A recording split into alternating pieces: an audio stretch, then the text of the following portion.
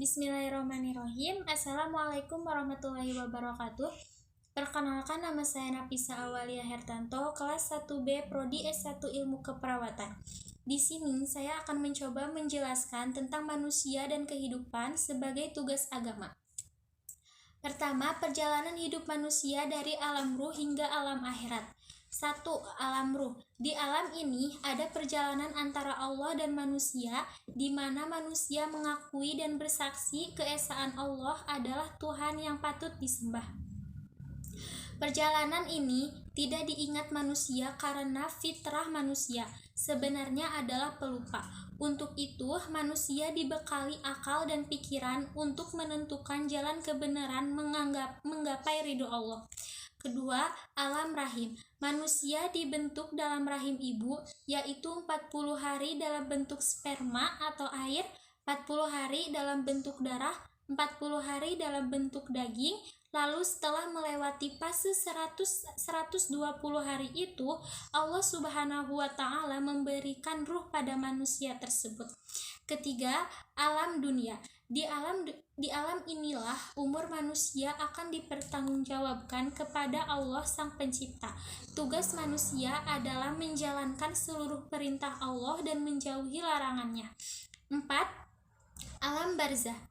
Ini adalah alam yang dikenal dengan alam kubur, di mana manusia masih dapat pertolongan melalui doa-doa dari kerabat yang masih hidup di dunia.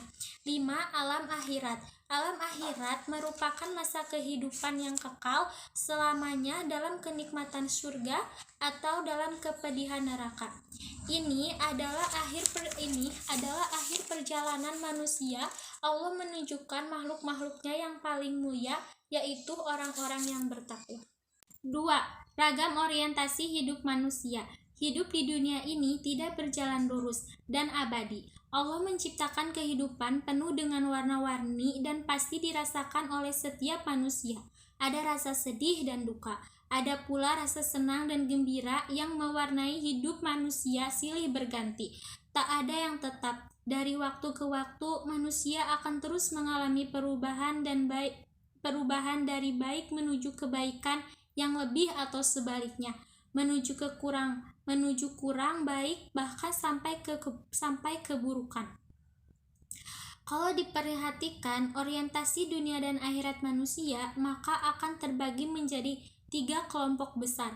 Pertama, kelompok yang menganggap bahwa hidup ini hanya satu kali. Oleh karena itu, mereka beranggapan bahwa hidup ini harus dinikmati sepuas-puasnya. Mereka tidak meyakini dan kehidupan sesudah mati. Bila nyawa sudah tak lagi berada di raga, maka berakhirlah dan tak ada kelanjutannya. Ketiga, tujuan dan fungsi penciptaan manusia. Segala sesuatu ciptaan Allah yang ada di muka bumi tidak ada yang sia-sia. Bahkan seekor lalat sekalipun, meskipun banyak mudaratnya, menurut pandangan manusia, pernyataan ini akan berlanjut pada keberadaan manusia di muka bumi sebagai khalifah, dengan misi pemimpin mengelola, memakmurkan, dan memelihara keselamatan alam semesta. Untuk itu, Allah menurunkan agama yang terakhir, yaitu Islam, untuk dijadikan pegangan hidupnya dalam rangka menjalankan tugas khalifah sesuai dengan maksud dan tujuan Allah menciptakan manusia. Tujuan penciptaan manusia adalah agar manusia senantiasa mengetahui bahwa kuasanya Allah Subhanahu wa Ta'ala ini meliputi pemahaman bahwa seluruh alam semesta, termasuk bumi, tata surya, dan seisinya terbentuk atas kuasa Allah Subhanahu wa Ta'ala. Tujuan manusia beribadah adalah untuk memenuhi tujuan Allah menciptakan manusia. Oleh karena itu, bila manusia beribadah, maka ia termasuk sebaik-baik manusia, sedangkan balasannya adalah surga. Fungsinya dalam kitab suci Al-Quran dengan tegas Allah menyatakan bahwa Allah menciptakan manusia untuk beribadah kepadanya dan menjadi khalifah utusan di muka bumi. Yang keempat, terakhir, hidup sukses dalam pandangan Al-Quran.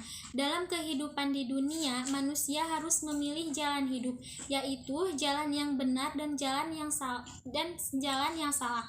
Kedua jalan tersebut memiliki konsekuensinya masing-masing. Bagi orang-orang yang mengandalkan perilaku hewani sehingga potensi nafsu lawamah dan amarah lebih dikedepankan, maka termasuk orang-orang yang celaka. Sebaliknya, siapapun yang berusaha menganggapi pada tingkatan manusia yang mulia, maka dijadikanlah diri mereka sebagai orang-orang yang bertakwa. Allah Subhanahu wa Ta'ala dalam Al-Quran memberikan penjelasan orang-orang yang dikatakan sukses dan berhasil serta kebahagiaan dalam hidup apabila memiliki komitmen, keimanan, yakni mantap serta kokoh imannya, kuat tauhid dan akidahnya. Inilah modal awal meraih derajat kemuliaan di hadapan Allah Subhanahu wa Ta'ala dan suksesnya kekal dan abadi. Sekian yang dapat saya sampaikan. Mohon maaf bila ada kesalahan. Wabillahi taufiq wal hidayah. Wassalamualaikum warahmatullahi wabarakatuh.